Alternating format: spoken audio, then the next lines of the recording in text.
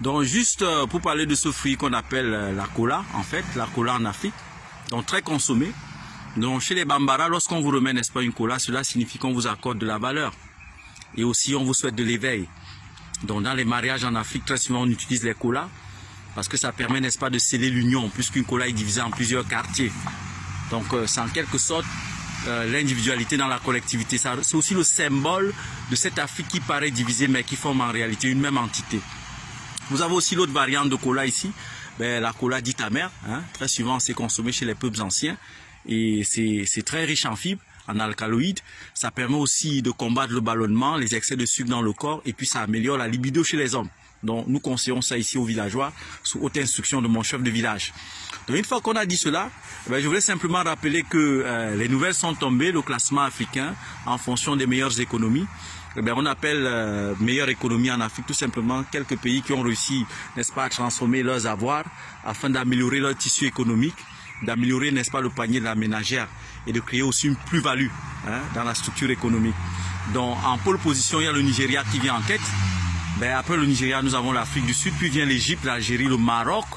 Après le Maroc, on va dire quoi? Le Kenya. Non, l'Angola d'abord. Après l'Angola, c'est le Kenya. Après le Kenya, l'Éthiopie. L'Éthiopie, le Ghana, la Tanzanie. Donc nous rappelons que ces 10 pays-là, parmi ces 10 pays-là, je tiens à vous rappeler qu'il n'y a aucun pays qui utilise le franc CFA. Et donc c'est l'occasion, n'est-ce pas, de dédier ce formidable classement à deux de nos chefs d'État très préférés, dont je ne vais pas, n'est-ce pas, signaler le nom ici pour ne pas leur faire la publicité, qui sont très fréquents du côté, n'est-ce pas, de Matignon et à l'Élysée. Donc à chaque fois que la réunion de l'Union africaine est terminée, ils prennent tout de suite un vol pour aller faire le rapport à qui de droit. Et il y a ces gars-là qui, n'est-ce pas, il y a un an nous rassuraient qu'en fait, ils ne comprennent pas pourquoi la jeunesse africaine se soulève contre le franc CFA, que c'est la chose la plus formidable qui soit arrivée aux Africains depuis la nuit des temps. Donc voilà, on devrait accepter ça comme ça, c'est un don de la France, etc.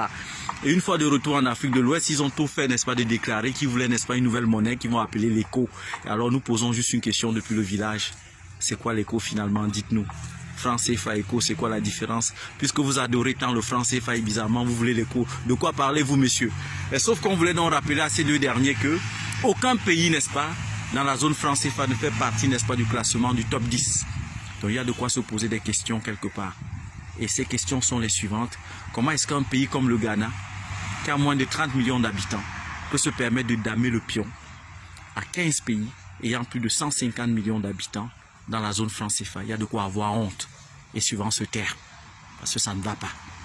Donc, une fois qu'on a dit ça, l'argument principal est que très souvent, les non-africains très souvent qui sont experts sur les questions monétaires de l'Afrique, ces mêmes non-africains qui sont souvent experts même sur les religions africaines, experts sur nos traditions, experts sur nos langues, et qui formeraient même les docteurs en langue africaine. D'accord? Alors qu'eux-mêmes, ils ne maîtrisent même pas 5 langues africaines sur les 4000.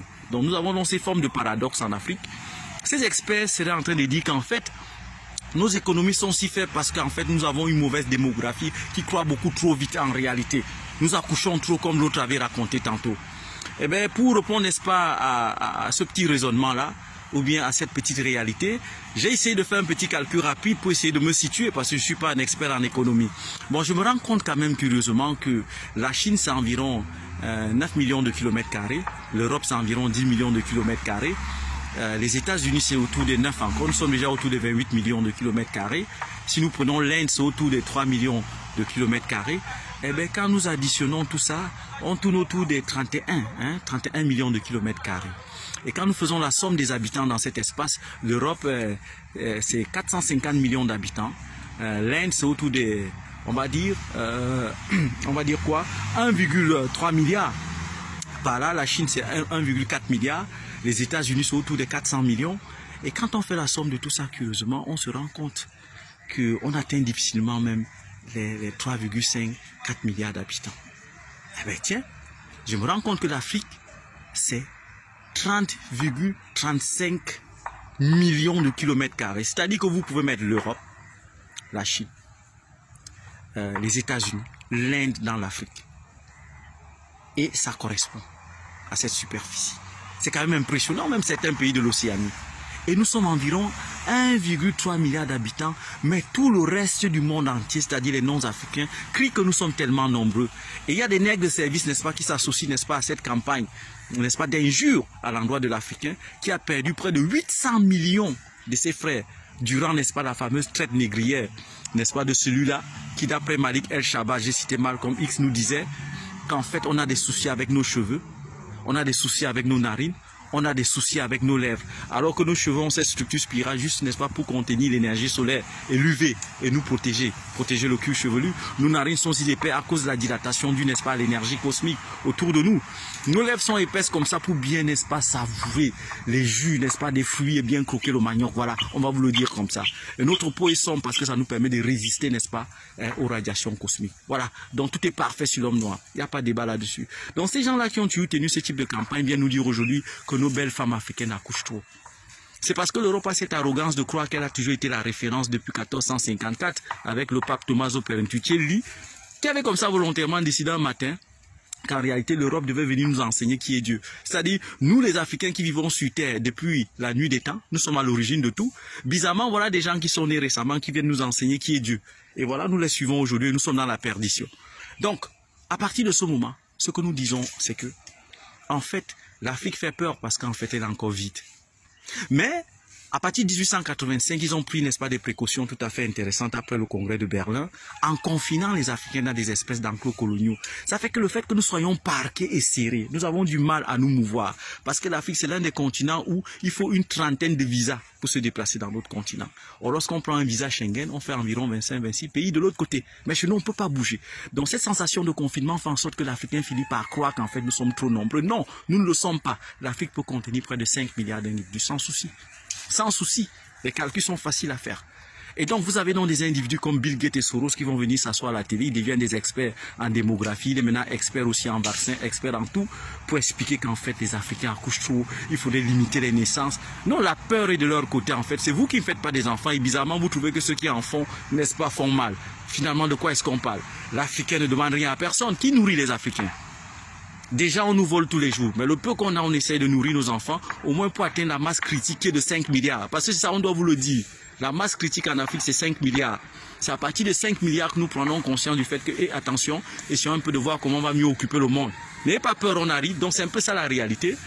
Il y a suffisamment d'espace en Afrique, mais il faudrait qu'on tue un élément sauvage en nous qu'on appelle la xénophobie, qui est cette pratique qui, 1885, a été intégrée, inoculée comme un virus dans l'esprit de l'Africain, qui consiste à dire qu'en fait, des individus qui viendraient, n'est-ce pas, dans notre espace géographique, seraient considérés comme des êtres dangereux pour nous. Hein? Vous verrez par exemple, cet Ivoirien que j'ai trouvé à la frontière de Guinée équatoriale avec la bouche toute brûlée, parce que les Équato-Guinéens lui auraient fait manger quelque chose de chaud. Voilà, vous voyez donc cette haine en interne que nous devons essayer de neutraliser afin de comprendre que ces enclos coloniaux ne sont que, n'est-ce pas, des limites, des confinements que des gens nous ont imposés depuis 1885. Apprendre à nous tolérer et de savoir, n'est-ce pas, ce que nous avons en commun pour développer une économie puissante et exploiter au maximum, n'est-ce pas, les richesses que nous avons avec nous. Et donc c'est ainsi que j'ai croisé 5 jeunes Gabonais hier qui étaient très surpris quand je leur ai donné ce classement parce qu'ils ne voyaient pas le Gabon dans la liste. Je leur ai dit non, attention, ce que nous disons est assez clair. Il y a des ressources naturelles au Gabon. Il y a du bois, il y a du pétrole, etc. Mais ce n'est pas ça qui représente la richesse. La richesse, c'est notre capacité à le transformer, à créer des industries. La Côte d'Ivoire a du cacao. Mais ce cacao est vendu moins cher en Occident. Si bien que la Suisse peut se permettre de dire qu'elle a un cacao. La Suisse peut se permettre de dire qu'elle a un chocolat. La France peut se permettre de dire qu'ils ont un chocolat. Mais où est-ce qu'on cultive le cacao en France? Il n'y en a pas. Le cacao pousse dans la zone équatoriale. Donc, tant que nous n'intégrons pas notre capacité à transformer et à créer des plus-values, afin que, n'est-ce pas, le panier de la ménagère, le tissu économique soit assez efficace, alors il n'y a pas de richesse. Donc c'est un peu comme ça qu'il faut expliquer ces choses aux gamins, bien des choses à vous, et continuons d'accoucher les gars, il y a de l'espace.